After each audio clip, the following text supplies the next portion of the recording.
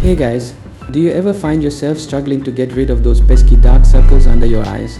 Well, fear not, because today I have a solution for you. Today we're going to dive into a simple tutorial on how to remove dark circles using Photoshop.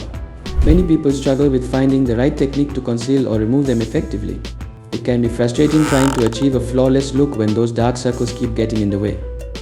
Select layer 1 and then go to filter and then convert for smart filters. To convert it into a smart object, hit OK.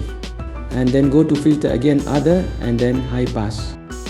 Now keep the value 0.1, keep on increasing it, stop at the point where you begin to see the dark circle. Now change the blend mode from normal to overlay.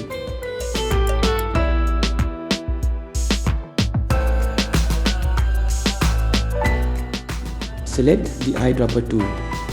Make sure the sample in current below and the sample size is 5 by 5. Take the brush, zoom into the eye bag, hold the Alt option.